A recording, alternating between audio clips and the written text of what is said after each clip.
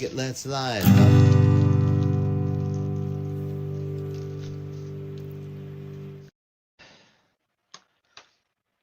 You get a goddamn job by sundown. We're going to ship you off to military school with the goddamn Finkelstein shit, kid. Son of a bitch. Welcome to Gear Wizard TV, everybody. That was my favorite line from Cheech and Chong's Up in Smoke, which is what we're going to talk about today. Probably the grandfather of all stoner movies. But before we get into that, let me bring in my little buddy, my sidekick, JD. Hello, hello. Thank you for having me on, Wizard. I'm excited to talk about this movie.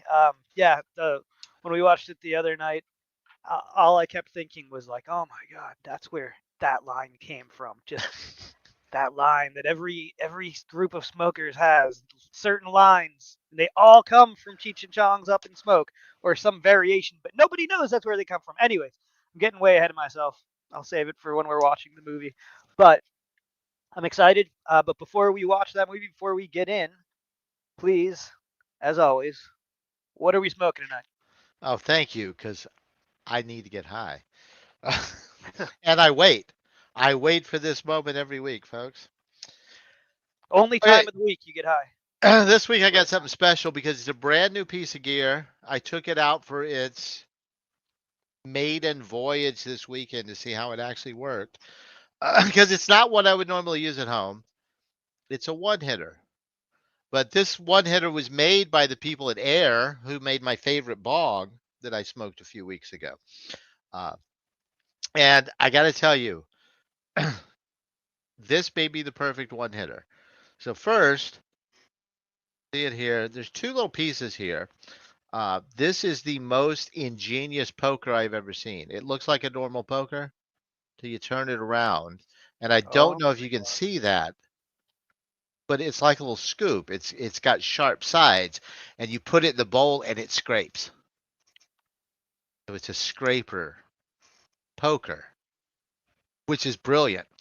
And then this is on your keychain, but there's a magnet there, so you pull the one hitter out, and then when you're done, of You course, just drop it? you put it back in, Ah, and the magnet holds it. It won't fall out. I'm shaking it hard. Uh, that was user error, not yeah, magnet that was error. user error, not magnet error. So this little guy, and he smokes clean. It's got a place for a filter, and it comes with these little carbon filters that you can put in it. But what are we smoking this week? I had to do something special. I have Cheech and Chong weed. Cheech and Chong Stadank O, which if you've seen Up in Smoke, you know is a reference to Sergeant Stadinko. So we are smoking some Stadanko this week. It is technically though, uh, it's dark in here and I can't read it.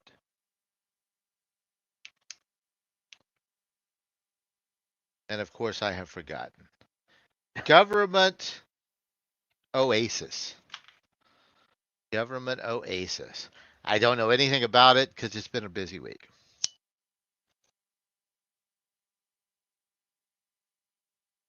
So we know nothing about what we're smoking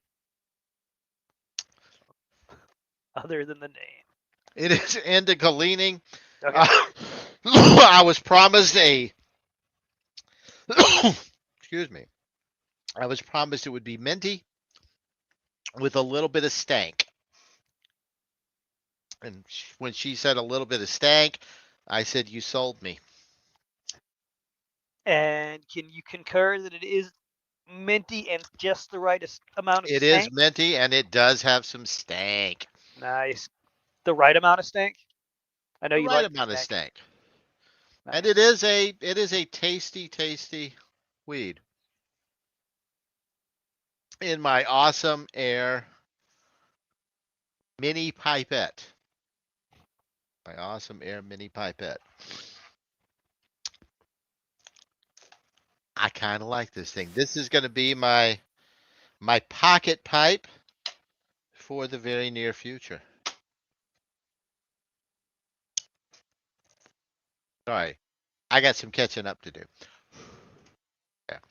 Now, before we go any further, we have a guest. I need to get sound effects because we need a drum roll here. We need a drum roll here. Indeed. We have a guest. It is Hey! Hey, how you doing? the mighty Jethro Bot. If you follow us at all on Total Recall, that is Jethro Bot. I did just a peeky. Sorry, I got a head start. A head start is good. Oh man, I was so busy talking, we missed our magnets comment. Magnets. How the fuck did they work? Yeah. How often do you get a Cheech and Chong and ICP ICP. reference in the same show? That's The the same magic of the show? internet. In my brain, probably more often than you would think. But So I did go to a Cheech and Chong branded dispensary this weekend for my birthday. The We whole went down dispensary to is branded? yes, they have several. It turns out Oh. Huh. they have at least 3 in Massachusetts and 3 in New Mexico. So you could make it happen if you really wanted to. Yeah. Uh, It's a bit I'm of a wondering- drive. But, and I'm gonna be honest, it's not as exciting as I hoped it would be. yeah. I mean, it was a decent dispensary. The people that worked there were awesome, but if they weren't doing Cheech and Chong impressions, then they weren't awesome. they weren't enough. doing Cheech and Chong impressions. But my God, Okay. that would get so old so fast. Really. Well, the Cheech and Chong dispensary is not a place that you probably go to regularly, though. It's like it's a one-time thing. If I lived close to it, they had good weed and the prices were. Massachusetts weed is so cheap. Oh, I yeah. saw multiple, many $25 eighths. Is that after taxes and fees, or is it like a $25? No, that's really before $40? taxes, but Okay. but Oh. you're not getting $25 eighths in Colorado, many places, and definitely not in Vermont. Now the weed might be a little better in Vermont, but $25 eighths, my God. We went to this one massive, large dispensary in Northampton first because it was closed and Tara wanted to see it. And I wasn't going to buy anything. And then I saw they had like 40 different kinds of pre rolls, which wasn't itself attractive. But they had a special 10 pre rolls for $40, mix and match. Wow. And I just told the guy, pick 10, make them into cleaning, pick 10. And so I walked out of there with this bag of 10 various strains of pre rolls for $40. How do you not do that? Yeah, that's wild. That's Is great. that a half gram or a gram? Gram, Either way. full gram, Full gram, $4. full gram. So I bought 10 grams of weed pre rolled for $40. I don't normally do pre rolls, but It's a great deal. I mean that's a flight, right? That's a flight of weed. Yeah, that's great. I get to try 10 different strains for easy peasy. Yeah, I got this picture. This is when you come in. Probably the best part about the whole dispensary. Oh, that's nice. Girl. But couple little obviously reproduction memorabilia pieces. Right. Because they can't have a Yeska license, the real Yeska license plate in every dispensary. And I feel like that was not the real one. Right. Yeah. Well, So they burned the real one. Right.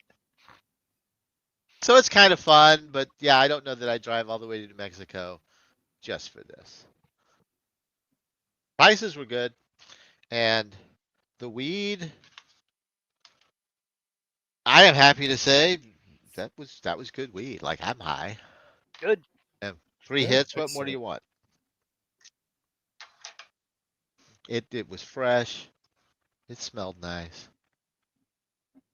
Hooray! But also, don't make a special trip just to go to a Cheech and Chong dispensary. If you're close to a Cheech and Chong dispensary, Show 'em check some it love. out. Mhm. It's the prices were good. You got to be a big fan, I imagine, to Yeah. do that special. Sorry about the dogs in the background. They love when a live stream starts. They love to get rowdy. They're Well, just, they okay. add flavor. Yeah, more the merrier. They add flavor. They think they do. Damn. That kind of hit me in the pooper. I'm high. grabs you right by the boo boo, doesn't It it? did. Grab me right by the boo boo. Dude, that was my favorite line. I think I thought, like, I don't know if I even had laughed at the movie yet until he said that, and I also completely forgot that, like, there's no dialogue from either of them for like the first few minutes. I didn't No. realize that either. Like, even when you see Cheech talking to his friends, you can't audibly hear him. You know, Nope. like, You just watch him move his lips. yeah, only when they're in proximity to one another.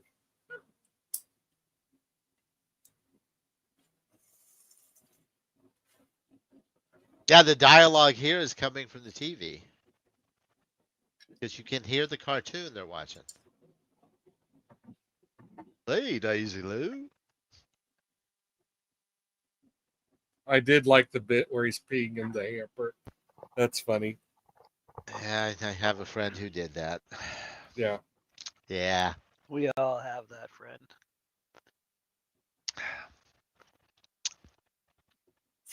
Peeing in the hamper. So Jethro Bot and I were talking before this started. Here's your favorite line. Oh yes. Here's coming up. How did they get Strother Martin? Then again, was Strother Martin really that hard to get? I don't know. I doubt he was hard to get at the time.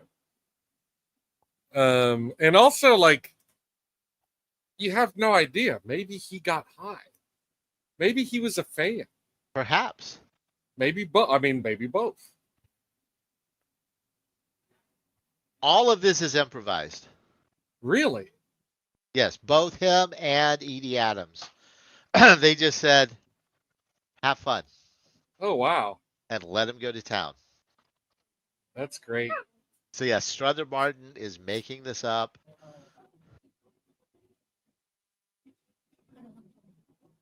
So he ad-libs the Finkelstein kid? Yes, the whole thing, evidently. I mean, Amazing. did they seed any of it? I don't know. They weren't that specific, but That Finkelstein kid was somebody then. If that was all an ad lib, there was some little shit Finkelstein kid. Well, that he was actually, referencing. I think the subtitles just there revealed that he says Finkelstein the first time and Finkelstein the next time. So yeah, I do. or I that do could buy have the just been a ad-lib, yeah. transcribing error. Yeah, well, possibly, but I seem to remember when I was watching, I was like, was that the same? You know? Now you're gonna make me watch it again. Yeah. Jack Nicholson bought this car.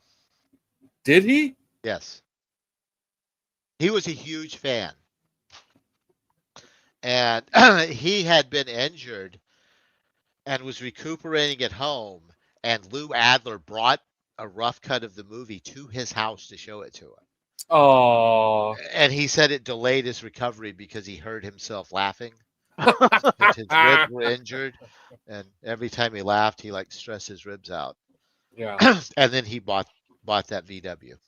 Was I the only one that was really impressed by how jacked Cheech was in this movie? Might have been. You're right. Okay. He is in great shape. No, he's like, I noticed that he pulls off the half shirt. You know, it looks good.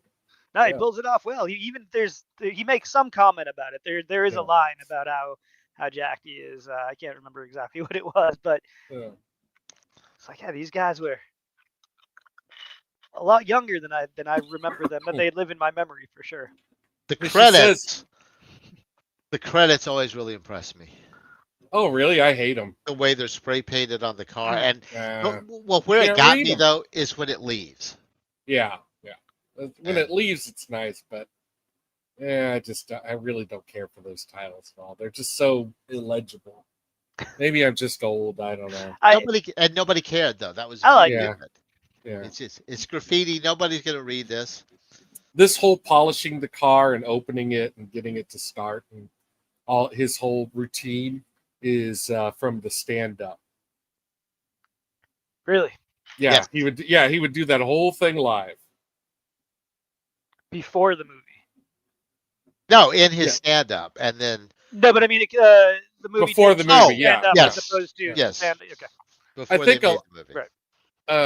The same with their their first conversation. I mean, that will soon be seen, where they're riding in the car and they're talking about cops and they're talking about weed. All of that is Cheech and Chong Stand-Up.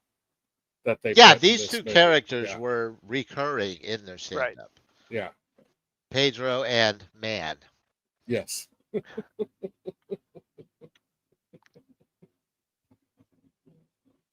Although you do pick up in here, he has a name in the movie. He does. Yes. His dad calls him Anthony, Oh. and his last name is Stoner. And that's why it's on his dad's license plate. His dad is, I forget his dad's name, but he's something Stoner. Uh-huh. Yeah. So, yes, Man is Anthony Stoner. Anthony Stone. Because Cheech just calls him Man. Man. The whole. Yeah. Okay. And on the albums, it's Pedro and Man.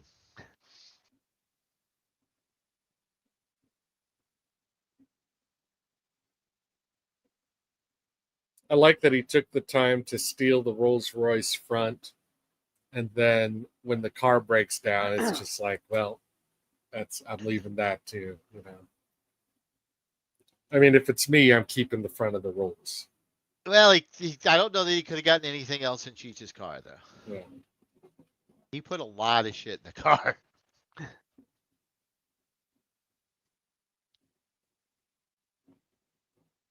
Makes what, 4 or 5 trips?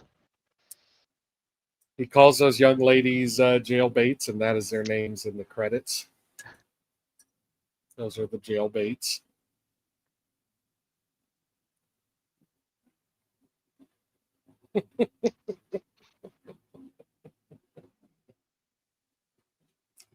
I do really like Tommy Chong's face acting.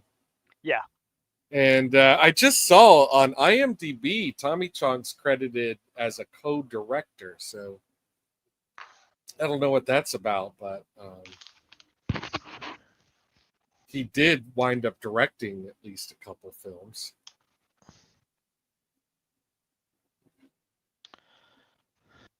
You remember Far Out Man? I don't remember Far Out Man.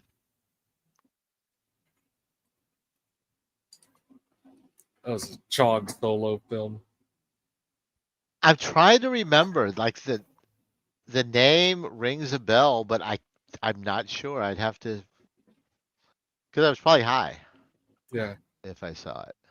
Well, the other director, Lou Adler. Yeah. The only other directing credit he has is something called "Ladies and Gentlemen: The Fabulous Stains," Which is an amazing movie. Yeah. Yeah? That movie really is fantastic. But Lou Adler dabbled in film.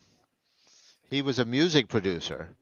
And the man, to borrow a line from Saturday Night Live, he puts on his pants like everyone else does, one leg at a time, but then he makes gold records.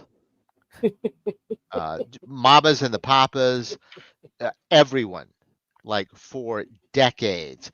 And he discovered Cheech and Chong for all Carole practical King, purposes. Carole King. He Grammy Award-winning album by Carole King that is often considered one of the top 10 pop albums. Yeah. He produced Tapestry. The man was a wizard. But he found Cheech and Chong at a comedy club and signed them to a record deal and produced all their comedy albums. And it's like, fuck it, let's make a movie. Did you mention he was the owner of the Roxy Theater? No, I definitely would have mentioned that later when they're there. Yeah. But yeah, he owned the Roxy Theater in LA as well. And I think still does. Yes, he's 93 years young and still doing stuff. No way, he's still. What is with these people who are in their 90s and still doing stuff? I think that is part of the secret to longevity. I think so too. I think you have to stay social. I think you have to stay busy, and it might help to stay high. To be doing things that you want to do. That's what he loves doing, and he's still doing it. The day that Clint Eastwood walks off a movie set will just be his last day. This joint is very reminiscent of the Big Bamboo album, which came with a giant rolling paper. Yeah, so that you could roll one of those. Very expensive collector's item there.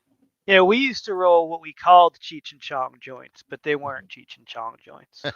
Have either of you ever actually smoked a real Cheech and Chong joint? No. I have. It was for my brother's graduation party, actually, and our best friend rolled an entire ounce in one of those easy widers. That's just like, like you could keep. It's just one continuous paper on a roll. Yeah. So he just rolled the whole ounce in there, and like chunks of that joint fell off, and people rolled those into joints. Like stuff with like it had like shrapnel joints. Right. It was great. A joint chimera. Yeah.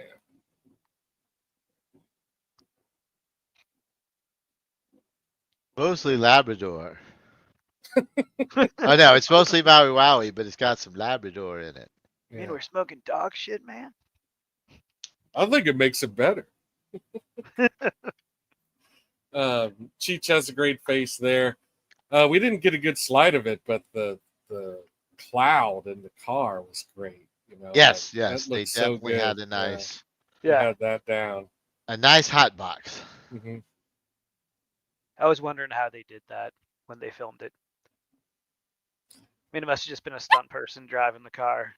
I think you can see at the very bottom of the windshield in front of the driver. You could see what they were using. It looks like maybe it was a camera lens. Right there. But yeah, if you ever watch this movie again, try and get a close look at the very bottom of the windshield in front of the driver. I think you can kind of see what they were doing. Because it's definitely not being towed. Right. I think you'd be able to tell if they had a wire or anything. So. A lot of times they will actually put it on a trailer. Yeah. It is being pulled. Yeah.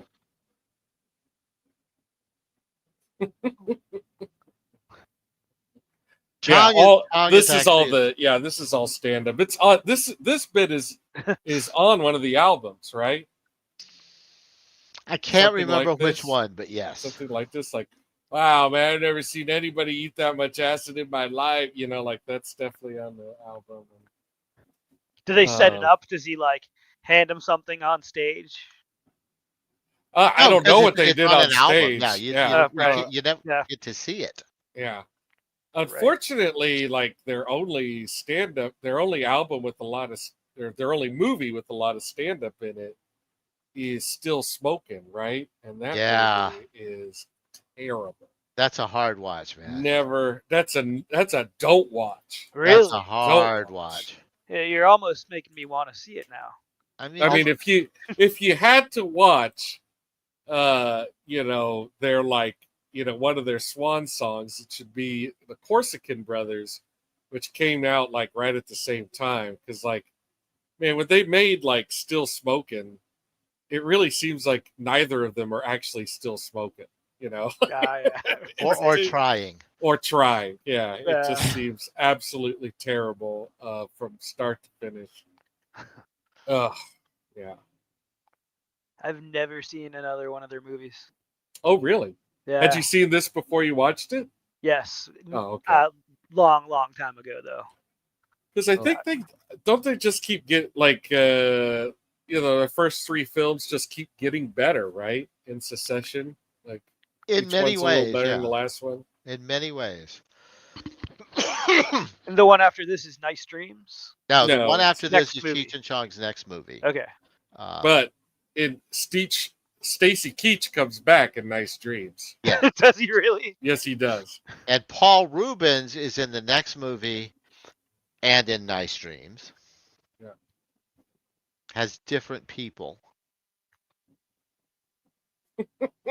Perhaps. I was gonna say earlier, those are Chong's drums. Oh yeah.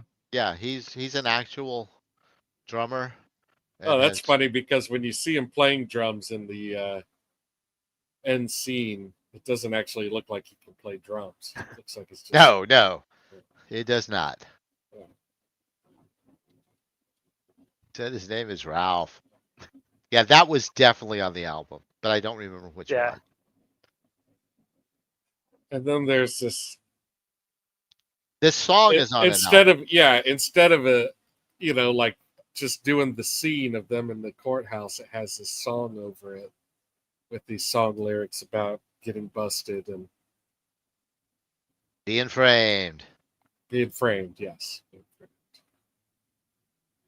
And it works so much better than if we had seen the court scene play out, I think.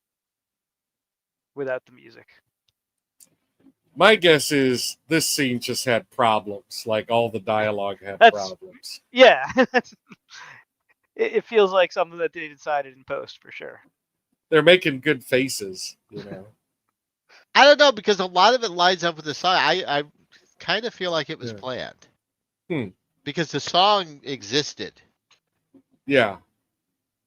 Well before this. Play the song and then we do the vodka line.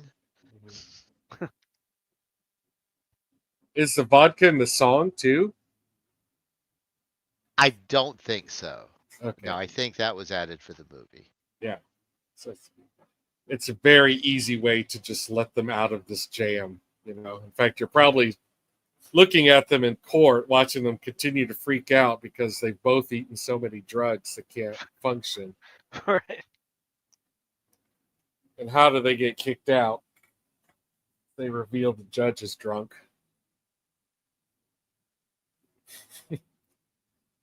That'd be a funny version of American Justice right there, you know, where it's like, oh, the judge is drunk, so we're going to have to just let you go. Isn't that funny? Little known loophole. Right. Oh, it's right here in the book. Yeah. And now, so Chong has agreed to join the band, and They all like these outfits. Curtis shows up Yeah. with uniforms for the band. Mm-hmm. Those are happening uniforms, man. Yeah, those are good. Way better than the space outfits. Way better. Yeah, those uniforms are lame, man. Yeah, for some reason, Chong just ruins it for everybody, and I don't like. Because they look like waiters. I like it.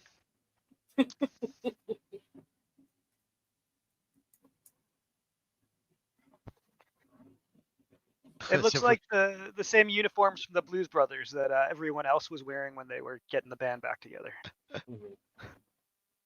Gonna wear uniforms, we should all wear something different.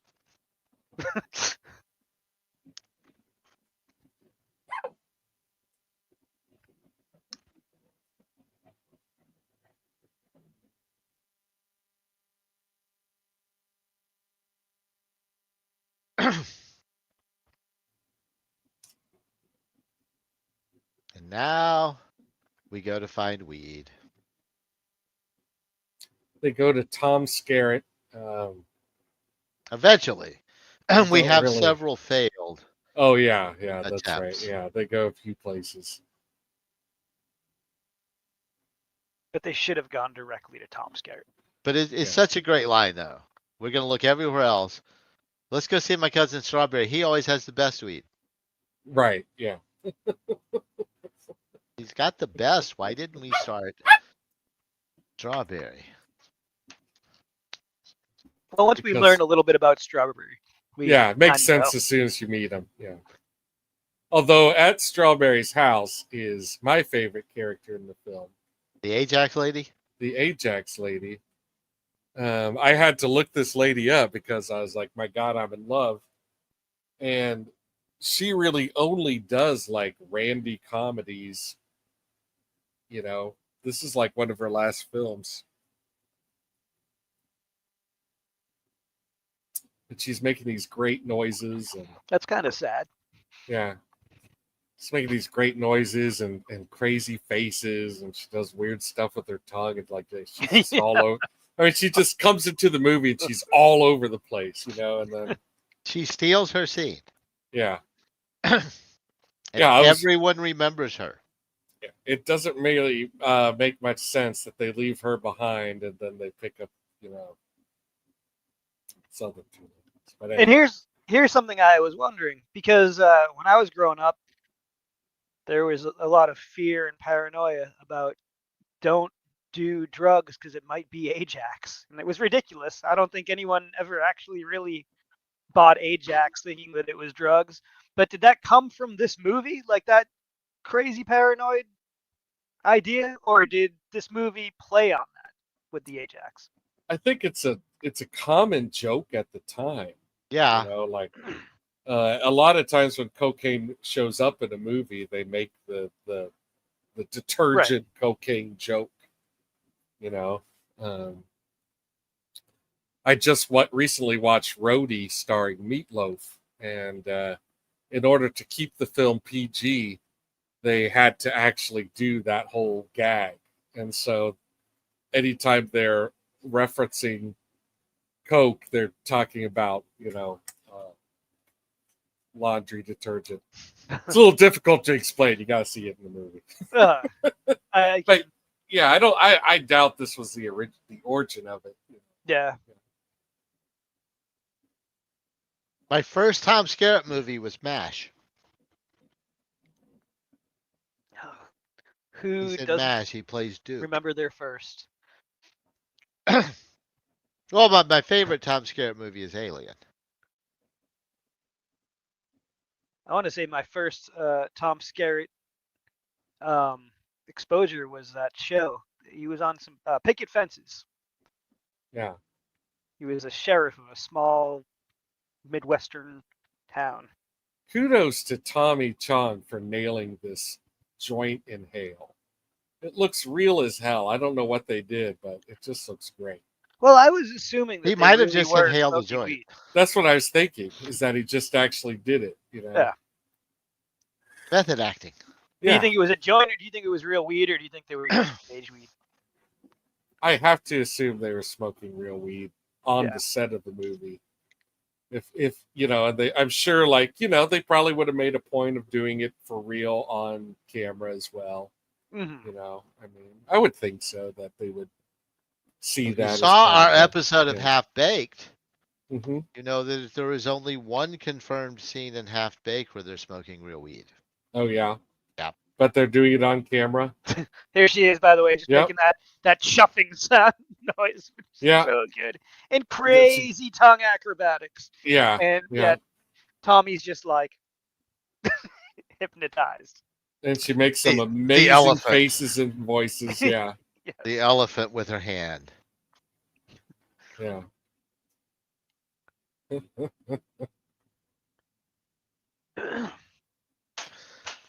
Enter Stacy Keach as the, you know, leader of like the least competent police team. Yeah, and how'd they get Stacy Keach? Again, he probably just thought it was fun. Yeah. He came back, you know.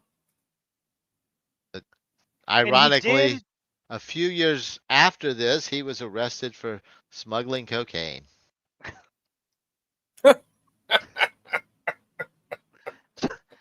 He served 6 months So maybe that's how they got it. for smuggling cocaine. Maybe instead of auditioning, he just showed up with cocaine, and they're like, "Hey, Yeah. do you want to be in this movie we're making?" The I didn't irony, realize Stacy Keach was going to be bringing me my cocaine. so that was actually cocaine that girl, the Ajax girl, was doing real cocaine. That's the twist. Real cocaine brought by Stacy Keach. That's just Yes. a theory.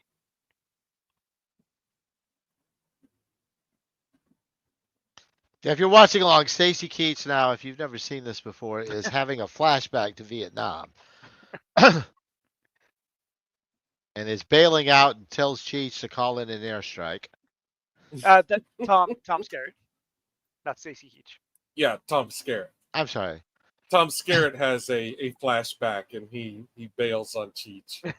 Correct.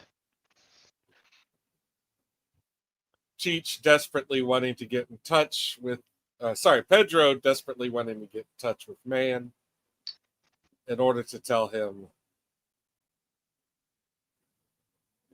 that they're about to be busted. about to be raided. Sorry, Ajax lady was back on the camera. And, yeah, she's very distracting.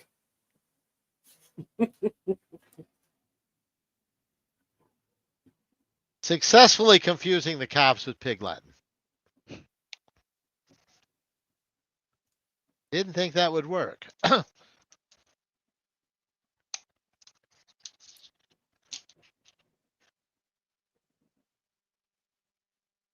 I think one of my favorite jokes in the whole movie's coming up. Oh, I did like when he stuck his head out the van, like, shoot the man. He's like, on the radio, you idiot. That's wonderful. And then he closes the door in the phone cord.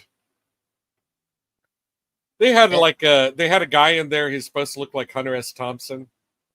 Did you notice that? They had I did. a Hunter S. Thompson look-alike at their party. Oh, there he is.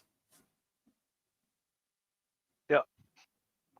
Chong is locked out of the house. Mm-hmm. Excuse me. Man Which is turns locked out of to the be house. fortuitous. Yeah. Right. Yeah. That's the best. Is that he gets back in. He Uh-huh. goes through all this effort to get back in, and then has to find a way back out. Yeah. Must be high-grade stuff. Ladies and gentlemen, Stacy Keach would know high-grade stuff. And now Ajax girl has a friend, and she's, like this whole like bit between her and Stacy Keach is just, man. You're right. She absolutely steals every moment on film she has. Where is the Ajax girl spinoff movie? I assumed that she was like a big deal at the time because of how good she was in that very small, right? Very small scene, very small role. Yeah, I just assumed like, oh, this is some character actor who just does this a lot. I mean, she That on was wasted opportunity. Yeah, on IMDb she has 14 appearances that actually end with Up in Smoke. But yeah, she's in Thunderbolt and Lightfoot, Detroit 9000, Pretty Maids All in a Row. She's in the Monkees movie Head. Oh wow! We've ever seen that? I saw Head the first time I ever. I've actually seen all of these, and they're all really good. Dirty O'Neill, The Student Body, Sextet. She's in some cult classics for sure. Yeah. And then some things that only Mick has heard of. And a couple things I haven't.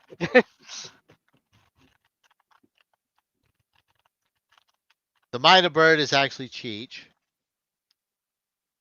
Oh, really? Yeah. Well, I was surprised when the bird got shot. You don't really expect to see that.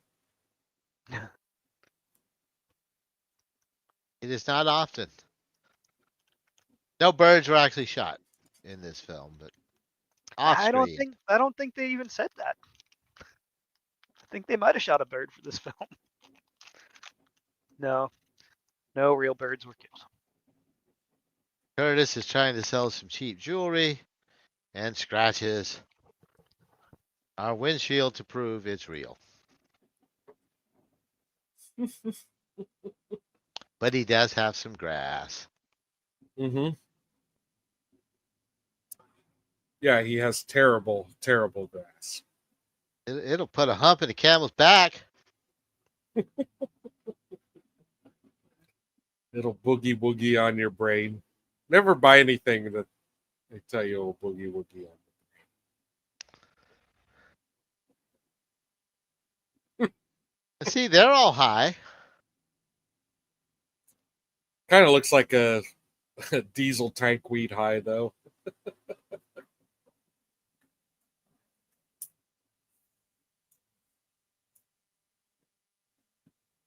Man, don't feel nothing. Yeah.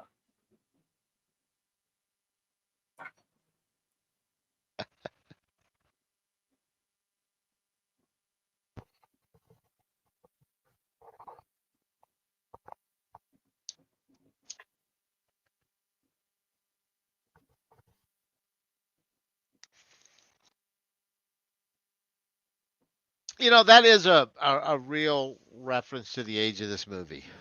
What's that? They smoked that whole lid. Uh-huh. Yeah. How much is the lid? It depended on where you lived, honestly, and who you bought from. I thought it was usually roundabouts an ounce, right? Like something along those lines. Maybe, Can- yeah, uh, perhaps, but like it, there were people who measured it in fingers. Oh, I see. Yeah. Uh, don't be selling me a 3-finger lid. I want a 4-finger lid. Not gonna buy it. And there was no scales. There were no. Right. Mhm. I believe, and I wouldn't swear to this, but I believe it started as a coffee can lid. Gotcha. Like they would pile it up, and that was a lid. But that was before my time.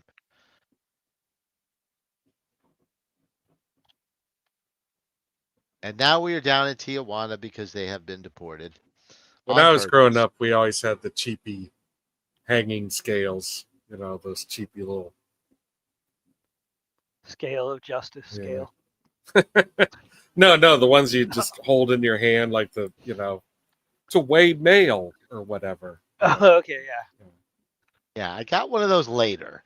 Yeah. But now, back in the day, we had no scale.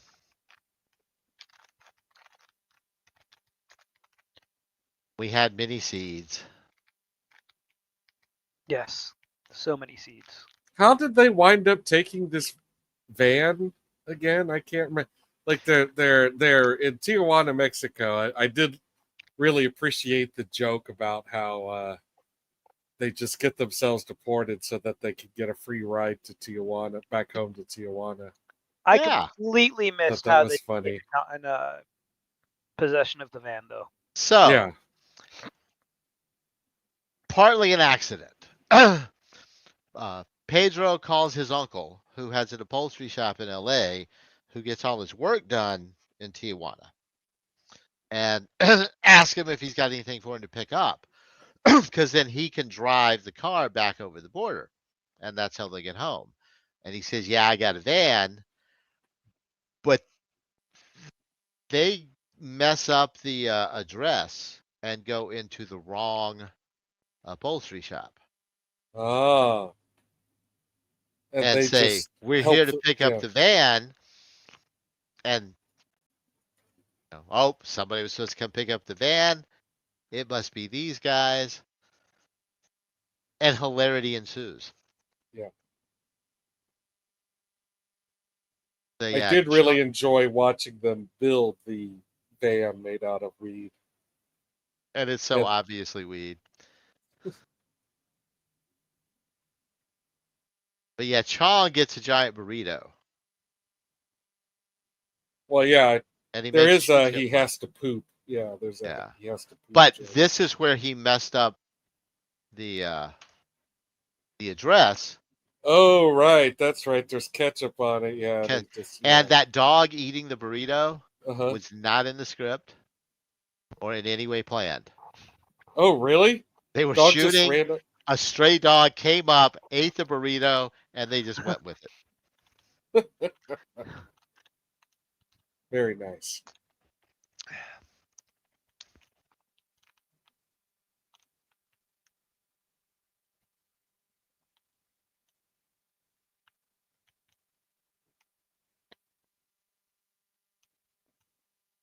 And how do the police know about this They have an organization that's informant. figured out how to build things out of weed? Okay. They have an informant.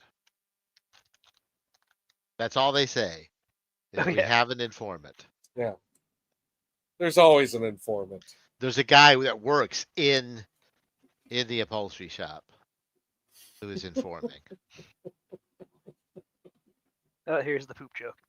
Mm-hmm. Yeah, the only unbelievable part of this to me is that Cheech could walk through this and not know. Yeah, no one would stop him and be like, Oh no, that I totally believe. Oh. You would be amazed how little attention people pay to that kind of stuff. Because you wouldn't be back there if you weren't supposed to be. Mm-hmm. And you can get away with a lot of shit with a little bit of confidence and sometimes the right shirt.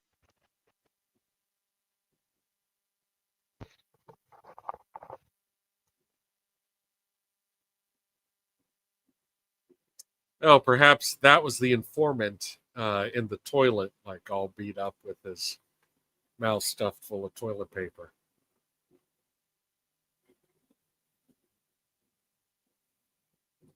It might have been, except I think they would have done worse. And he does later It's a tell comedy. them that different guys picked up the van. $4 billion worth of weed.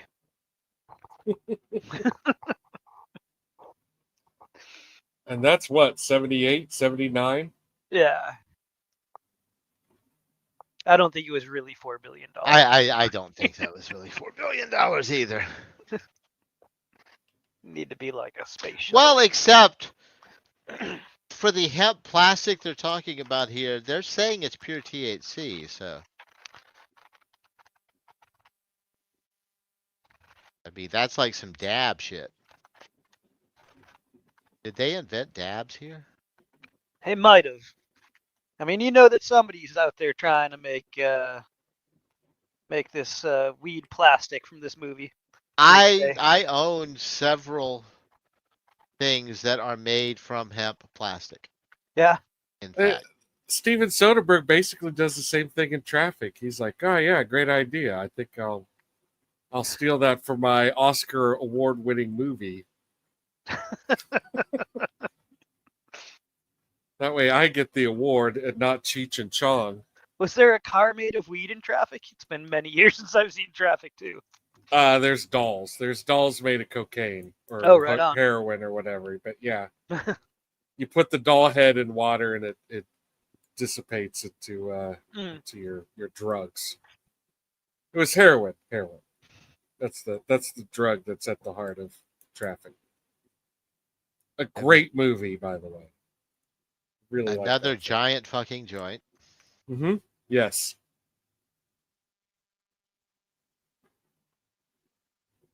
Well, that one makes more sense.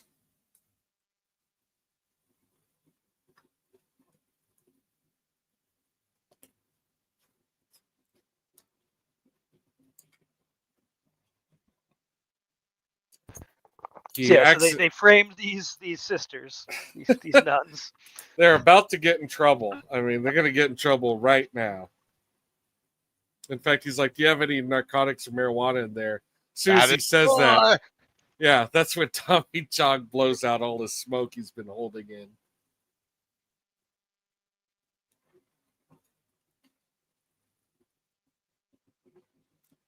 Have you guys talked on this show about whether or not holding in your hit is advantageous? We have not. It's a debated topic. It is heavily. Most of the science I've read says no. Excuse me. Yeah, good. I'm glad that the science is saying no, because my whole take on it was that even if it did get me higher, that it wasn't worth it to me because I don't like to cough. Just Yeah. holding it in longer, and if you cough, it opens up the Mhm. airways. Yeah. Yeah, but it's also not fun. I'll just take a few extra hits and not. However, if you hold it long enough, you will get a little bit of oxygen deprivation high. I Right. guess that's true. That's Yeah. true. But you can do that for free. Mhm. I do this thing now where I waterboard myself. Oh man, so woo. That's a joke. Don't do that. I was gonna say, all jokes aside, I do think that David Carradine died doing something similar to this. So Really? Oh, okay. David Carradine, and also the lead singer from In Excess. Yes, Michael Michael Hutchins. Yeah. I think I forgot that's how Dave Carradine died. Yeah. I'll never forget that's how David Hutchins. Because that's how I found out that's a thing. I think everyone in our generation. Yes. That's how everyone I know found out that was it. Yeah, exactly. If you're mid 40s or below, you know about it because of Michael Hutchins. Here's the Devil first Inside. time my Stacy Keach gets peed on. Yeah.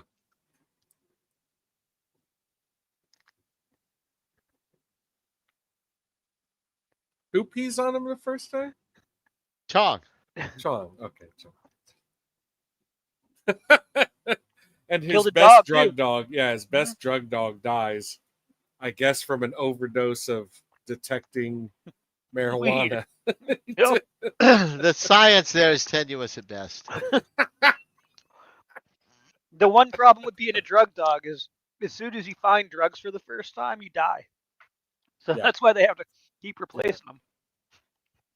Yeah. What a way to go, though. Right.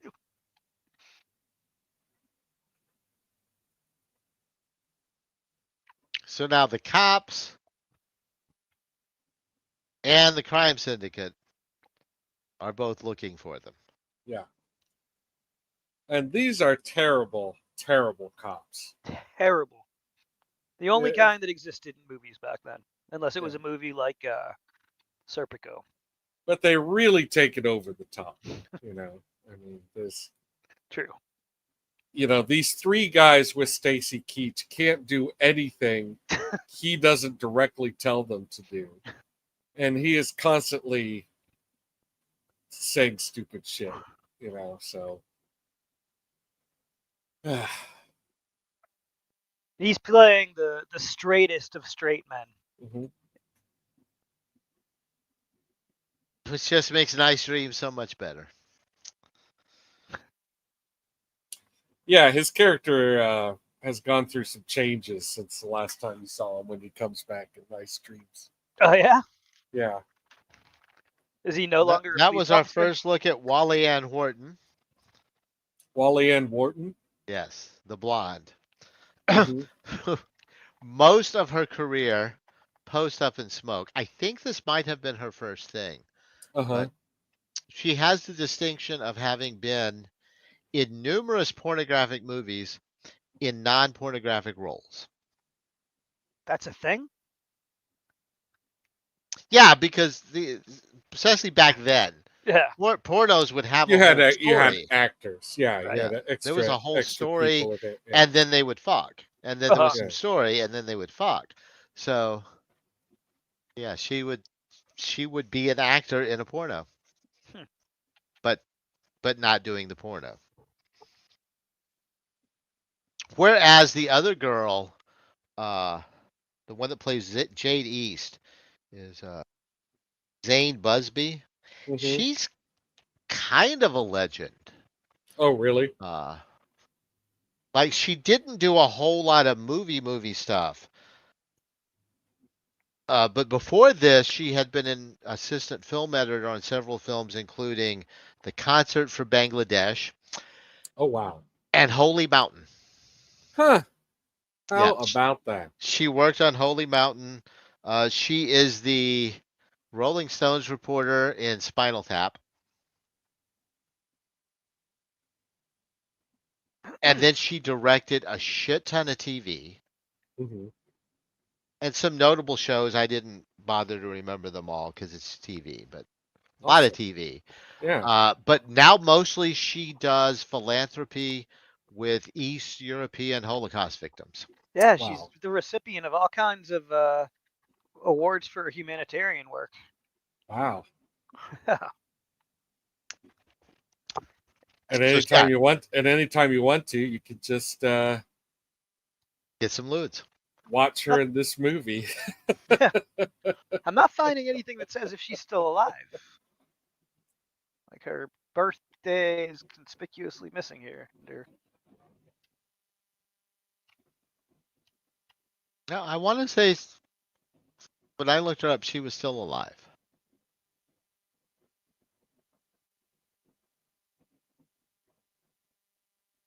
Yeah, looks like. Well, she really is something else in this movie too. Yeah. I mean, I feel like all the supporting characters in this movie, I mean, look at they really just push energy into it. Yeah, and all her crazy face acting. Yeah, Right. she's It's- incredibly every strong. shot of her face here. yeah. Face acting and what she does with her voice. Hmm.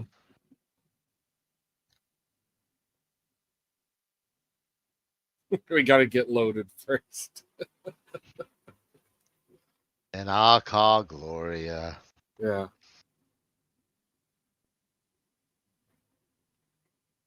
I can't remember her name. She was another one of those. She was in a lot of things. The cop. Yes. Yeah. Mhm. Yes, and the joke here is that where these ladies go, these well-connected ladies go to get drugs is the police department, where their friend there just goes into the evidence room and hooks them up.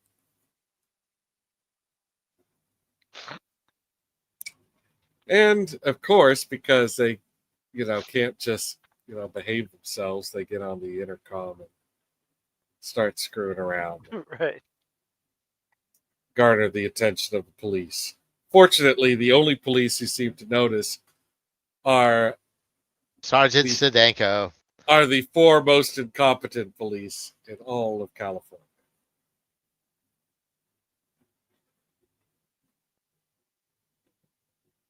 But then they get on the police radio. She was in a lot of things, that actress. Oh, name Hardhead. Hard hat. That lard hat. Right.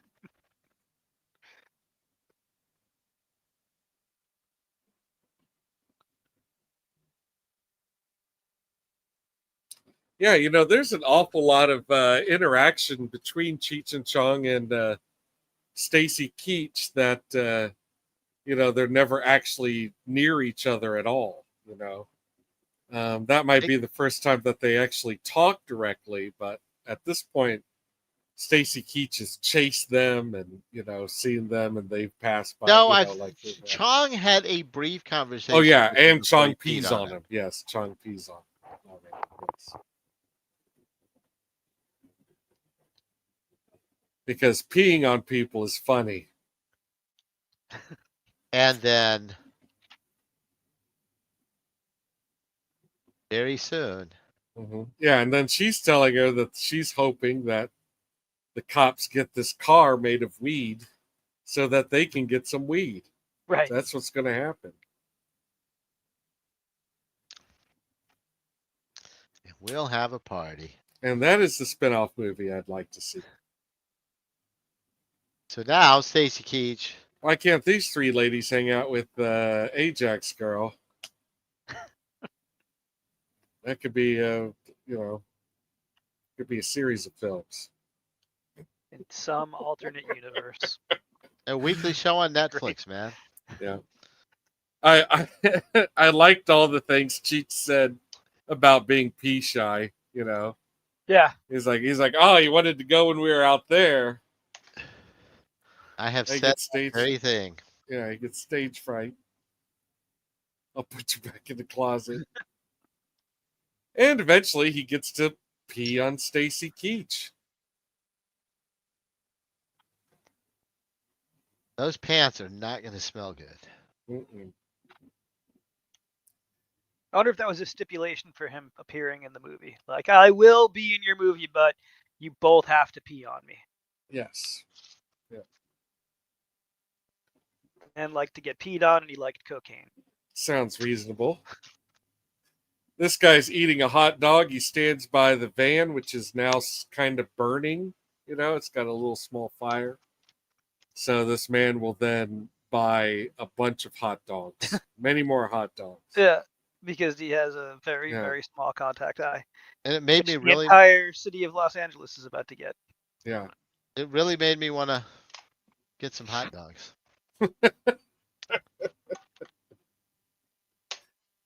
I don't know. I feel like if you have cotton mouth, you probably don't really want hot dogs, right? I mean, I do, but I do. And some water. Okay, I got a weird factoid about this cat. the motorcycle The cop. motorcycle cop, who I'm gonna cheat and look up his name real quick. I've been doing that the whole show. Otto Felix.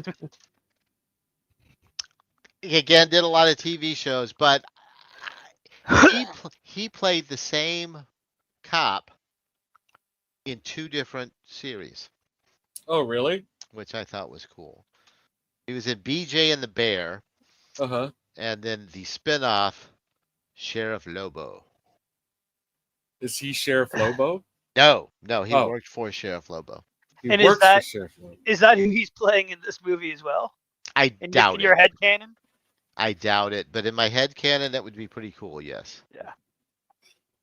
And so then the joke here is that he pulls him over and he's gonna give it to him, but then he's inhaled enough of that smoke that he's now having a beautiful moment himself. Yes. But they have no idea why he's acting like that. And he also wants a hot dog. Yeah.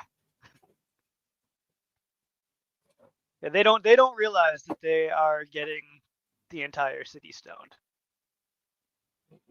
Because they're high. See, look how happy that hot dog's making him, man. So happy. Don't you want a hot dog? I do. I love how confused they are here. I love me some hot dogs, though, to be fair. If the bun is fresh, and I Ah, really do not want the bun toasted. I want No, that to be a steamed. doughy bun. Steamed bun. Steamed bun. Want a steamed bun. it depends. If I'm just having a regular hot dog with, some mustard, Mhm. couple of toppings, I just want a steamed bun. But if I'm gonna have like something like a Chicago dog or something fancy that has a lot of, well, not a Chicago dog, I guess they have their own seeded bun. But I don't Yeah. know. Like there's a place in Massachusetts when I lived there near me that made gourmet hot dogs. And if I was getting like any kind of Cubano dog or Reuben dog or something like that, the toasted bun is clutch. Because it holds it all together, man. You want that structure.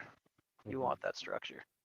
Now I want a hot dog. Why are we talking about hot dogs? I'm like I have- craving a hot dog in a big way. I upset the other live stream I'm on by saying that I would put mayo on a hot dog, but I think mayo, especially with ketchup, it's very good like condiment mixture. It goes. See, I would think never goes put good. ketchup on a hot dog. You never put ketchup on a hot dog. No. So you would not do ketchup and yellow mustard.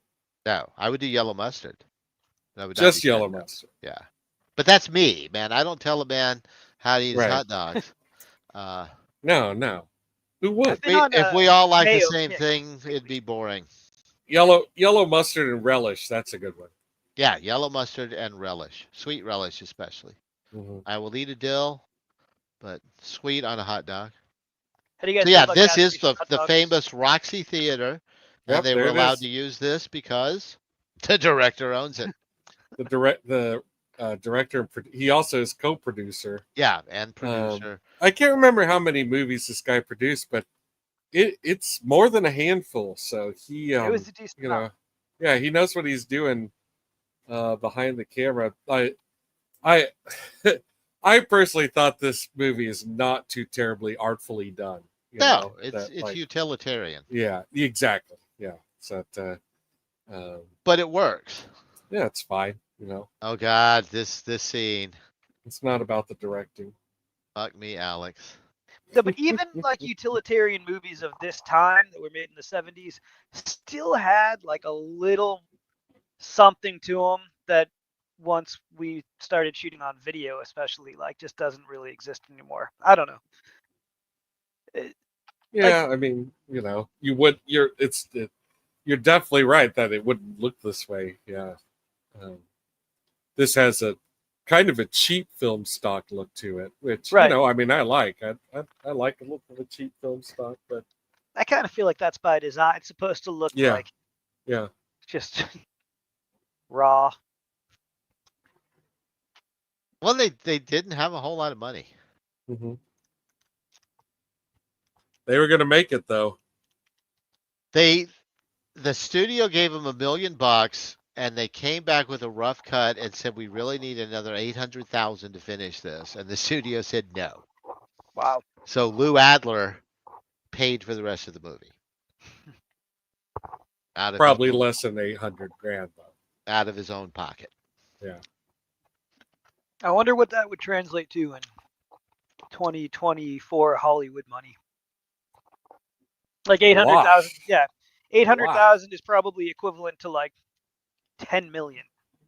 I mean, for Total Recall, I often look it up on the calculator. You know, you could just plug it in and see what it is today. But I could tell you that it's a lot. But I mean, just factoring in also like because Like, the no average doubt about it. the average film budget is so much higher. Like not even just taking into account inflation, but just like there's so many more people. Back then, I don't think that the unions probably weren't what they are now. Like you didn't have to have so many people working on a movie. Yeah. I'm just saying 800,000 today, that would get you a toothbrush on set.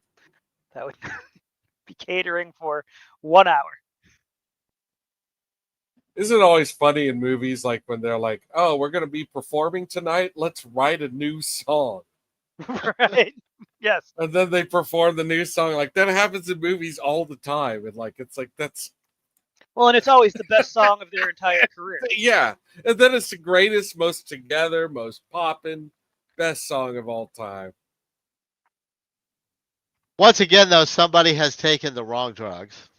Yep. A recurring theme. And Chong is now off his ass. He's too loaded. Because he took a lewd, right? Yeah. Most likely. She never says. Well, they make reference to her giving him uppers, and then she realizes, like, that is not what happened. No, and we know she had a lewd. Right. Yeah. And lewds will definitely take you down. Lewds, man. Fucking lewds. I had one weekend where I did far too many of those. Oof. No, I did lewds once, and yeah, it's not very entertaining. No. I didn't think so. They were already gone when I was old enough to know what they were. That's all right. Well, there was a lot going on that weekend, I will say. Yeah. The weekend that you took too many? Yeah. So these were actual punk bands that were popular on the Sunset Strip at the time. Yeah. The first one was the Mau Mau's. I think this is the Dills. Yeah, and then the Whores. And then the Whores. All bands that had probably played the Ritz or the Roxy already. Yeah.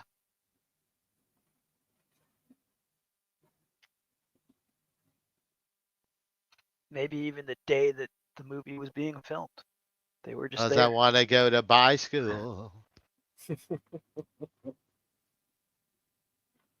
They look like they'd be a cool band to go see.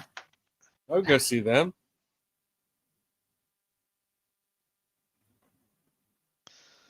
Hare Krishnas. Yeah, so they hijack the Hare Krishnas, thinking that's how they're going to get into the rock show. I don't understand this ploy at all. That's Well, because I guess maybe it's just Hare 'cause Krishnas always went to the rock shows to try and recruit. they're just terrible cops. Yeah, they're just not good. They're just Right. not Yeah. good. Yeah, They're they still thought wearing their like cop shoes and cop socks too. Right. They're not being let in. and their cop socks have suspenders.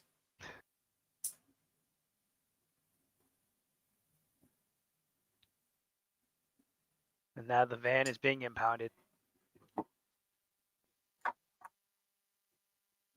But oh no, we sprung a gas leak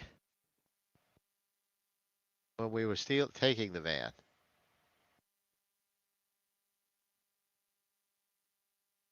A gas leak is going to be important later.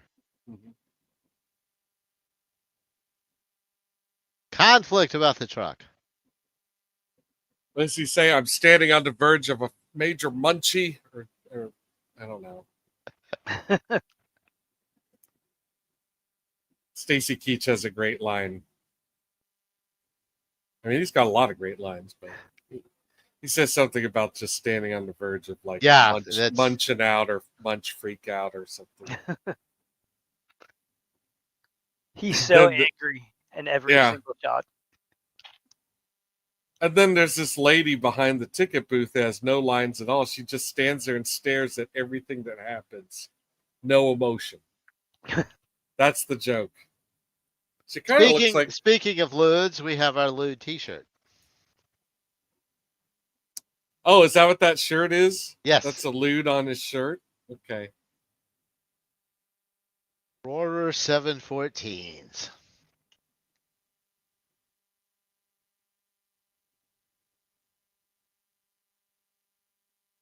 Yeah, I'm thinking this was a really fun movie to work on.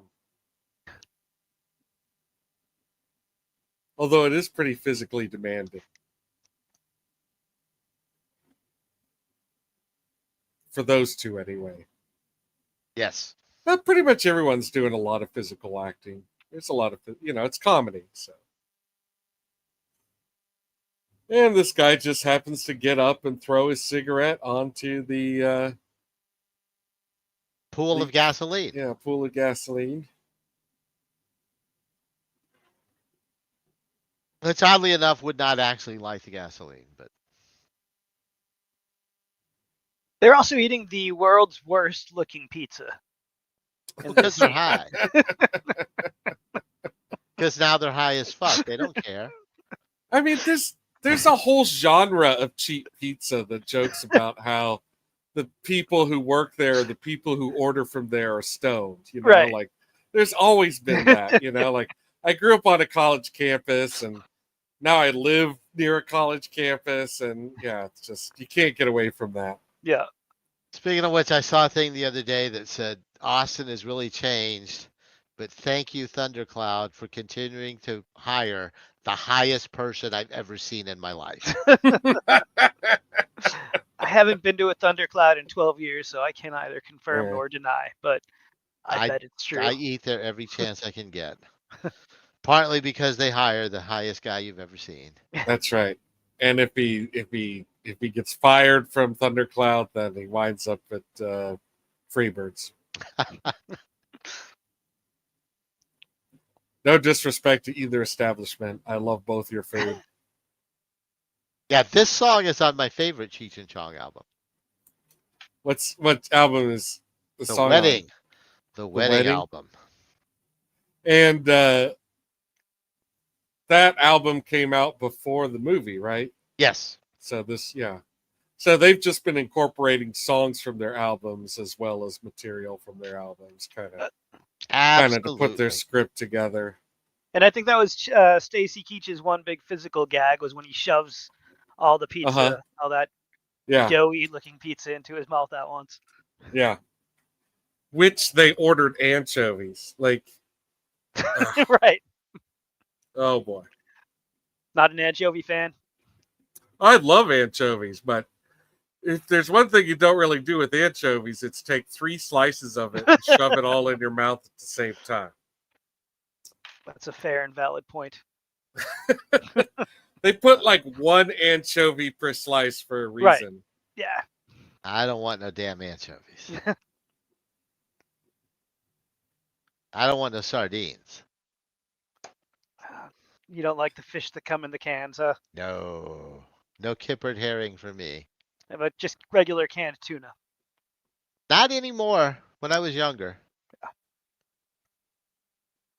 So the Ruben and the Jets thing is actually a double reference. Uh-huh. Because there's a Frank Zappa album called Ruben and the Jets. Oh. The second trumpet player in this band has a band that he got. His name is Ruben, and he got permission from Frank Zappa to call it Ruben and the Jets. Oh. How about that? I had to look that one up because I'm a Zappa fan, so it's like that's got to be a Zappa reference, but it's a double. Not a very Zappa thing to do to give that guy permission. That's nice of him.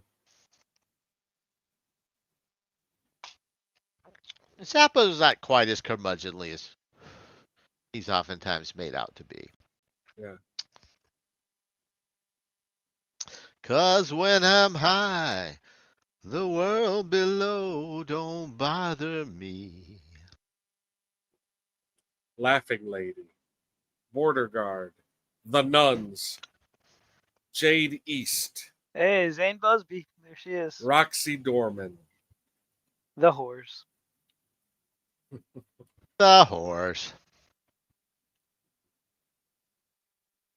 Well, what'd you guys think? Like, I mean, I know You that I know Wizard likes this movie because he's seen it over and over again. So, But geez, it holds up. I really liked it. Like, to me, it just felt like it just every single scene, even though I only saw this movie like once or twice 35 years ago or whenever it was, like, there's just so many different moments in it that just made me remember like a different time in my life, just getting high with people all day long. And mhm.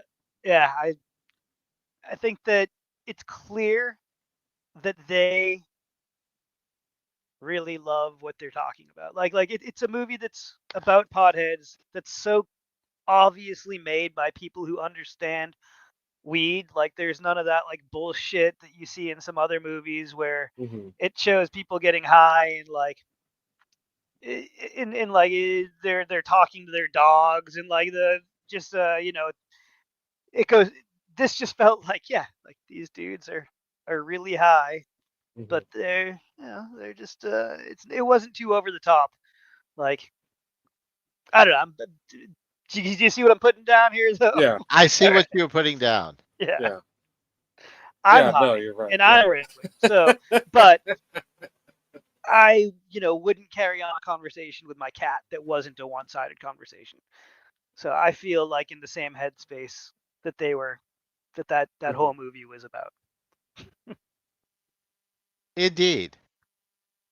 Yeah, I mean it's over the top stoner comedy, but inside it, like Yes. it's definitely not from the outside looking in, trying to be like, oh, like it's funny, it's funny because stoners do this and they do that, like, but it's, I get what you're saying, although it is very hard to articulate, Yeah, but you especially just now. did.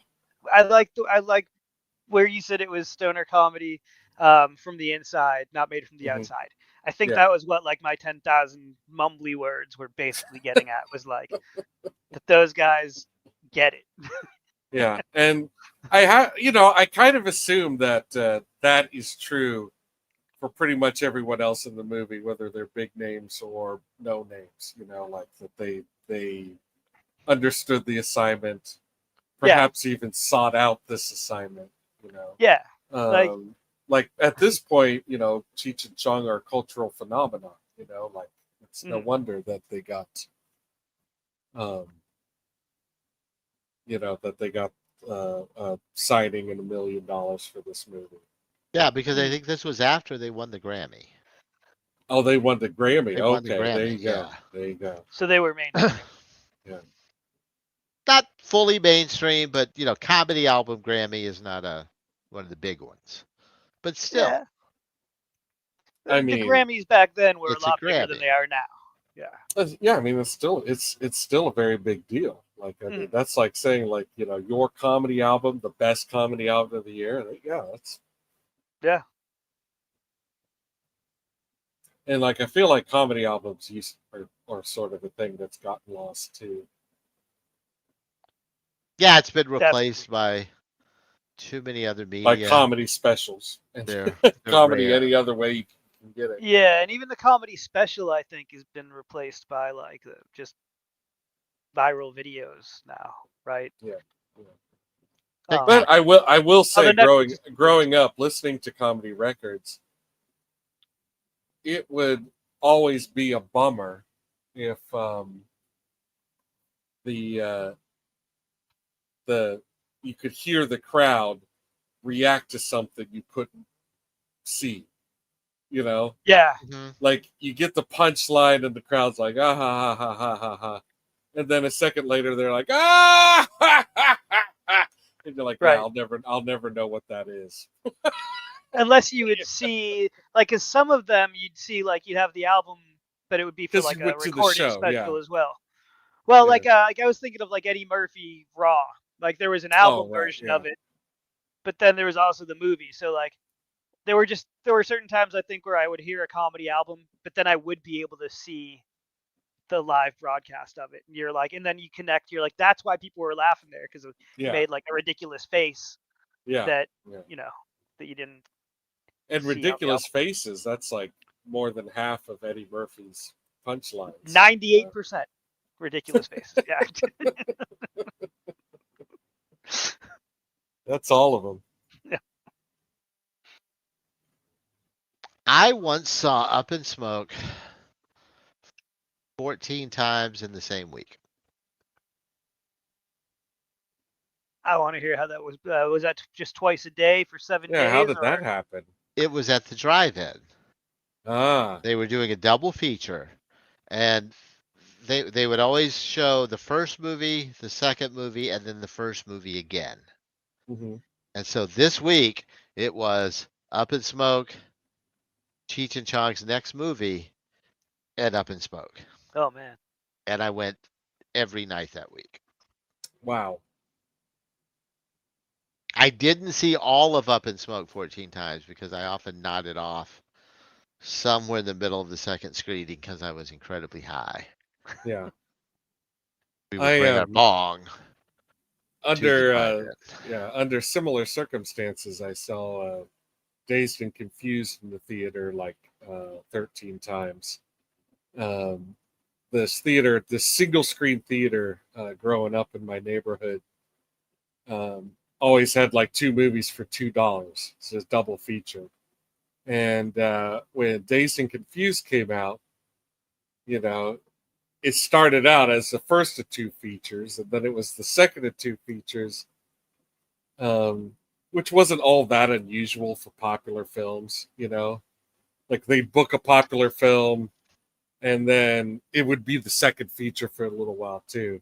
But Dazed and Confused just stuck around, and I wound up seeing it with, at somewhere in the neighborhood of 12 other films. I may have seen, because it was two movies for $2. I would see movies more than once sometimes there, like Oh, hell yeah. Demolition Man. I saw Demolition Man in the theater like 4 times. I haven't seen it since, but I feel like Demolition Man is tattooed into my brain. And you still don't know what those seashells are for.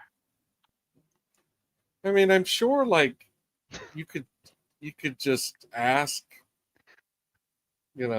politely. It's probably a law that they have to tell you. Maybe. You know, it's a society built on courtesy, right? They That's have to true. tell you. Yeah. But all they do is laugh at him. They just Well, laugh at him about it. they're getting their first taste of punch down humor. You know, Rob they don't really Schneider's a get they dick. don't really get that. Yeah. Rob Schneider's a dick. Yep. Yeah. Hasn't he aged Pat? Would have been poorly? a better would have been a better movie if Rob Schneider had gotten killed in that. I used to think he was funny in those movies. Oh, But I don't really? even. Like I mean, Hmm. yeah, I liked him in what's the other one? Judge Dredd, right? Like he was just so dumb. Like, When Judge Dredd came out, I was like a fan of the comic books, oh, see, then you must have been especially mad. like the Eagle years, you know, where like Bolland was doing covers and just really good stuff in there, and uh, that is kind of the time period that this movie, you know, took place in. You know, Right. like the visually they did a lot of things that were true to the comic, so it was already a hard pill to swallow that Stallone takes his helmet off, but Rob Schneider was, you know, A bridge too far. he just he is just piss in the eye from start to finish in that fucking movie. Well, I'll tell you, I had no attachment to the source material, like none whatsoever, and I just thought the movie was fun. I don't know, like Yeah. Well, I mean that's good. I You know, totally get it that I like it would have pissed me off too, no doubt. Like I haven't yeah, really liked yeah, a Star Wars thing in 40 years for yeah, many yeah, different for reasons. similar reasons. Yeah. Yeah, exactly. So I totally get it. Mhm. But yeah, like I had no attachment to it. I thought that like it was a fun blend of like pulp and Stallone just hitting his one note, which I like. I like the Yeah. Stallone. Yeah. So and I then mean Schneider was those damsel in guys distress. those guys they meet in the wasteland, like Uh, that is just like straight out of the Eagle publication time period. God, like it just there's such potential. does he never take his helmet off like ever in the comics? It's like a Mandalorian thing. As far as I know, Yes. he's never taken his Like a helmet off Mandalorian once. thing, exactly. I I You wouldn't be don't do that. surprised. Yeah, yeah. I wouldn't be surprised if you see his head silhouette at some point. But yeah, I don't think there's ever a face reveal. Interesting. This is the way. But I mean, he's hardly the only judge you don't see without their helmet. You know, that happens. I thought the remake or the Carl Urban was Urban one an outstanding Judge Dredd. was I much Yeah, mean, see, better. I don't know if they I just thought that was cast the him for that. case. I don't know if they just cast him for that chin or what. But outstanding. I mean, I liked that movie, but I know that the people who like hated the Stallone Judge Dredd movie seem to really like the Carl Urban Dredd movie. So remember when Judge Dredd in 3D played Fantastic Fest? Yes, I did not go see it, but yeah. I did. Uh-huh. And Carl Urban watched the movie with us. Yeah, that's cool. And I took his 3D glasses Oh, after nice. the movie and gave them to my mother-in-law because she's a huge Lord of the Rings fan. Ah, Who isn't? So like, look what I brought you. And she was thrilled. nice. That's beautiful. Yeah, huge son-in-law points there. But you kind of have to do weird things like that when you can. And I feel like there was didn't mean to interrupt your mother-in-law. Oh, Sorry. go ahead. I was gonna about the Carl Urban Dredd movie. That's like one of the ones where there's been a fan campaign for like 20 years or however many years it's been since it came out, 10 years, where people really want a sequel for it. And I guess they keep saying that there's gonna be one, and it just keeps getting canceled. Yeah, So, there's not going to be one. yeah. Been too long now. There was 25 years between Independence Day movies. You guys remember that there was an Independence Day sequel? And maybe no. there shouldn't I don't know if that's a great example. Yeah, that's not. You're making my point. There's not, because it's never been done well. I will say that Dredd is probably immune to things that happen to properties like Avatar, where no one cares anymore. It seems like it's really not unusual for them to make either a sequel or a film version of a TV show when no one cares anymore. Like they waited too long and they just did it anyway. And it's like, no, we're done. Right. And if James Cameron, if at any time you watch this, I'm sorry, this is the way that you figured out that no one cares about Avatar anymore, but it's true. I didn't care about the first one. Yeah, I haven't seen it. But a lot of people really cared about it. They did. Yeah. But only for I fall for the trap every time they come. Like they came out with the first one, and I went to go see it a couple times and liked it for what it was in the moment, and then forgot all about it. And then the hype train came out for the second one, and I was like, okay, cool, awesome, I'm gonna go see it. And I feel like I enjoyed. I guess I didn't hate it, but 10 minutes after I left the theater, it was gone from me. I don't know. I don't know the name of. I know Jake Sully. That's one character whose name I know. I don't know the name of, but I don't. He had 4 kids in the movie and a wife and all these other characters. I don't know the name of anybody. Know. And there's another. And they're all super long too. That's the other thing. Yeah. These movies are too fucking long. And I'm not saying that because I'm against long movies. I love long movies. If a long movie earns its length, that just means it's a fucking great movie.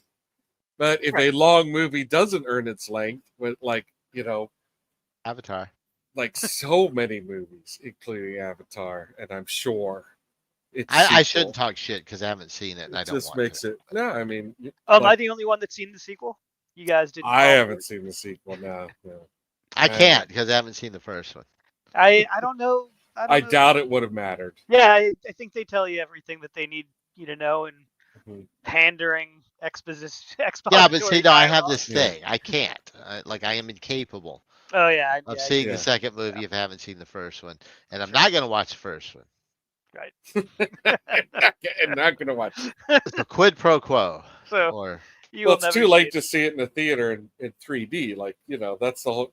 I thought that's the whole reason. That's why I saw it. It's just I'm done with 3D mostly. Exactly. I don't.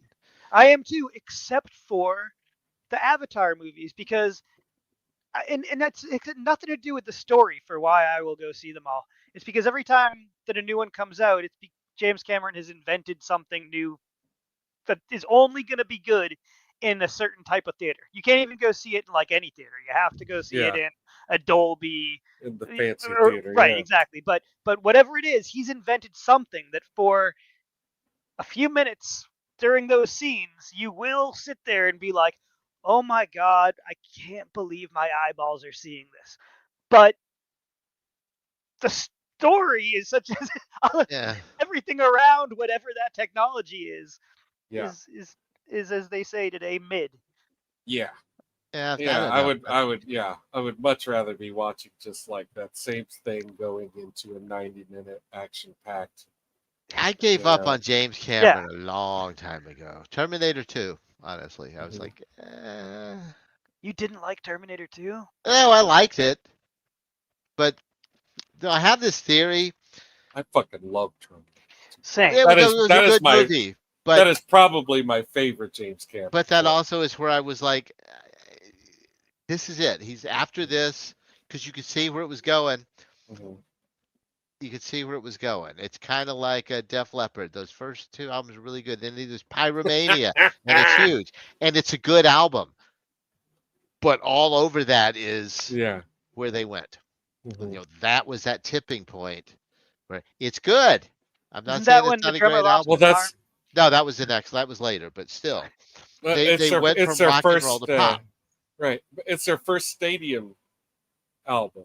Yeah, bands reach a certain point where now they're playing for stadiums and they start to adapt their sound for stadiums, and like at first it's like really awesome and rocking, but it's also the death knell for your band. Yeah. But see, no, this one was pre-stadium. This was still arena, but that's where they were going because Mutt Lang Mhm. came in and was like, "Yeah, I'm gonna get y'all in stadiums. Let me Mhm. work my magic." Yeah. It's like, oh, he's turning a pop. So that's Terminator 2. That is Mm. James Cameron's. I'm about to get real fucking shitty Mhm. movie. I'm about to Yeah, go but all look at this, and who cares about story? I'm sure you hate True Romance, but not True Romance, True Lies. True Lies. But True Lies is beautiful for what it is. I haven't seen it. No, okay. I I'm gonna I be saw honest. it when I saw it when it came out in the theater, and I did not like it at all. Really? In fact, I felt like by the end of the movie, I was like mad at the movie and like confused as to why the director of Terminator 2 had done such a thing. Like, What about The That's what I Abyss? gave up. because I I was did also see The I was Abyss. also a fan of Arnold Schwarzenegger. I've been a fan of Arnold Schwarzenegger like my whole life. Because Right. when I was growing up, he was in all the badass movies. Man, There maybe are see True things I Romance love again about then. The Abyss, but it's Yeah. also kind of a wreck. Yeah. Well, have you seen the director's cut of it? Oh yeah, I've seen the No. theater. Yeah. It's still, I mean, it's a lot. It is a lot. It is a lot, and the less you know about the behind the scenes stuff, the better. To this day, 40 years later or 30 years later, Ed Harris, like, I think, won't watch the movie or talk about it. Like, he literally, I if you can't ask him blame him. about it, he will not even talk about it. Right. The trauma is Yeah. Yeah. no. Yeah. It's the fuck. I don't know. I'm still mad at James Cameron for Aliens. Not that I don't like Aliens, but they took my Okay. horror movie and made it action, Yeah. Yeah. and I resented that. See, I saw Aliens first. Aliens was I saw Aliens when I was in 5th grade, and it was one of those movies that just like shaped me forever. Like I didn't even see Alien until 2 years later. So by the time I saw Alien, I think because I saw Aliens, it aired on like some network TV channel, and I recorded it. So I used to just Mhm. watch it all the time. By the time I saw Alien, I had seen Aliens like 50 times, Mm. probably roughly. And so even though I knew I was watching the movie that came before it, I had the reverse feeling that you had, kind of. I was like, why did they? I was like, how did it? But I love this action movie, and this movie I'm watching, Yeah, I can see that. not a ton of action. I love them No. both, though. I do love them both. No, Yeah. but it is quite possibly my favorite horror movie of all Yeah. time. Like Alien is like a haunted house movie. Exactly. For a lot of it. Yeah, it's a home invasion. Yeah, Alien is a haunted house, and Aliens is a war movie. Rambo. It's a home invasion movie. And Alien 3 has grown on me over the many years since it came out. It is my least favorite. Yeah, I really haven't watched it too many times. I have 3 is by far my least favorite. Of the 3 or of the Of the 8 I or like whatever is 4. out now? I like like 4? Alien 4. I really do. Yeah, it's And fun. it's not a good Alien movie, Right. But it's a fun, but it's a good weird movie. Yeah. Yeah. I love everything that weird guy does, though. I can't remember his name now. Yeah, the guy, City of Lost Children, Yeah. John. Well, City of Lost Children Jeanette is something. Jeanette and Caro. Yeah, and that's who made. Yeah, but I think it is just Jeanette It who is. made Alien and Run Lola Run. Did he do that? He did no. No, He, he did not that. do Run Lola Run. Amelie. Amelie, He that's what I did was. Amelie. I knew it was similar poster. Yeah. Close up of a woman's face. Yeah, but the Jeanette and Caro movies are really something else. But no, I like Alien 4 much more than Alien 3. And after that, they get weird. Right. Prometheus and those, I dig the lore, but I don't want to watch them a lot. Doesn't make me want to come back. Romulus was good. Alien, man, I could watch that over and over and over. Yeah. Yeah, well, I felt like Prometheus was terrible. I just could not. For a lot of reasons, different reasons, I just didn't care for it. Then its sequel, Covenant, the android stuff was the only thing that I liked about it. I was like, it is slightly more redeeming than Prometheus. And Romulus had like good ideas. I wasn't wild about the climax and the final thing. boss. Yeah. But there was a lot about it I did like, and it did leave me wondering, like, okay, this is not the worst alien movie ever made. Right. You should probably just stop making them all together now, because there's this is like this. You can't wring any more scares out of it. Like, Yeah. you're either going to do the same things and have a difficult time with it being scary, or surprising or emotionally affecting, or you're going to do different things and it's going to come across awkward, like the ending of Romulus. Like, you don't really have much. Like, it's a Come Right. up with a different thing. Don't try to make a scary movie anymore. yeah. You know, I if you're thought gonna that's what keep going, isn't that what Prometheus was? Like, come up with a completely different thing, and then that's what they came up with, and it was like, well, that was terrible. that doesn't mean you should stop. That you fucked up. Mhm. You can do better. Yeah. Try again. But I don't know. So here's a question. What should we do next? That is a good question. And then I have to run because I just realized what time it is. What stoner movie But let's see. comes next? Think of what. Keeps the Cheech and Chong train running? I am It's actually, the- I am actually kind of tempted to just do the sequel. yeah, the only other one that's coming to my mind is Friday. If you wanted to Friday go in a would be different good. direction. Friday would be good. I also mentioned Dazed and Confused, and You did. yeah. But I kind of want to. I would be happy to watch another Cheech and Chong because I have not seen any of the other ones. I have never seen Next Movie, And let's or do if it. I have, or if I have, I completely forgotten it altogether. I would be excited to watch it because I think it will be interesting if you've never seen it. I have feelings, and it's been a long time myself. Okay.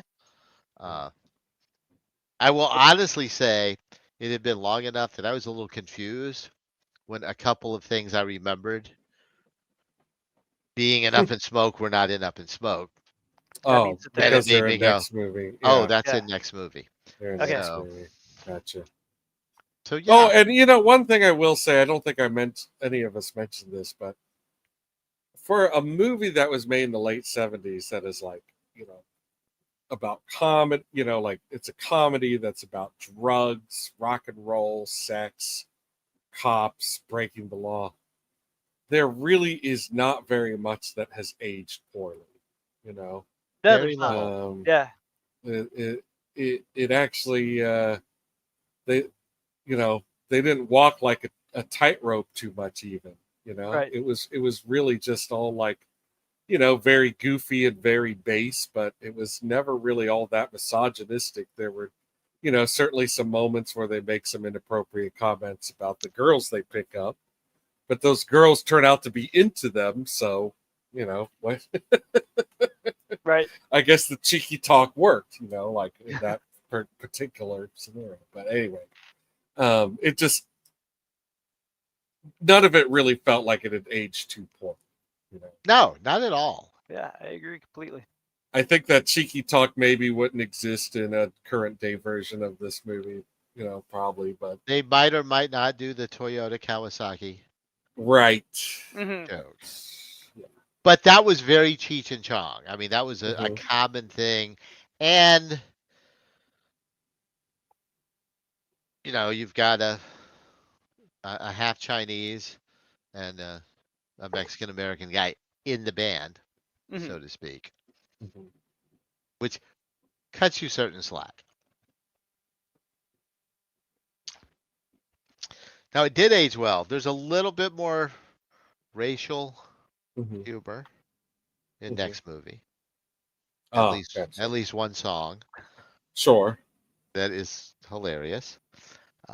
But let's do that. Okay. And do it. There were um, maids. There were maids getting felt up, or not maids, nuns. There were nuns getting nuns, felt up. one of whom enjoyed it. Yeah. Well, a few of them looked like they were getting into it. They all were into it, I thought. Yeah. One Yeah. for sure, though. Yeah. The others Yeah. looked kind of shocked. Was that shock or was Not horrified though. Not right? horrified. Maybe it was shock that they were enjoying it. That's how I took it, anyways.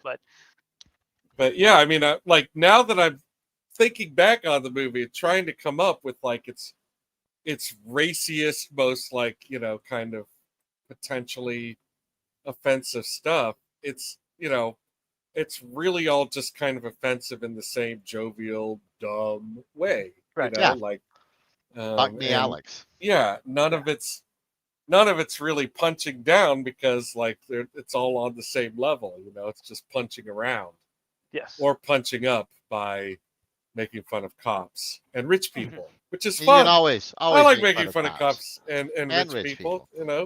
Not The that only I hate people who them, don't but like that like are cops and rich people. that's some cops and rich people. Like other, I'm sure there's plenty of cops out there. I know cops out there that have a sense of humor about stuff like that to an extent. These cops, they're really over the top. Very much. He shoots the time. Well, folks, our next 2 weeks, He shoots his own time. we have Christmas Eve and New Year's Eve. I'm going to guess Yeah. We will we see don't after want that. to do that. No. Yeah. So we'll see y'all after that, probably Just take a January couple weeks 7th. off. All right, sounds good. All right, everybody. Well, we will almost definitely forget our login information before January 7th, but we'll find out how to get back in here, and we will see everybody then. And as always, it's time to change bong water, you nasty bastards. I did it right before the show. We will see you in a few weeks. Have a happy holidays. Happy holidays and a happy new year. And good Thanks night. for having me on, guys. Had a great time. Bye, From everyone. Ear Wizard TV.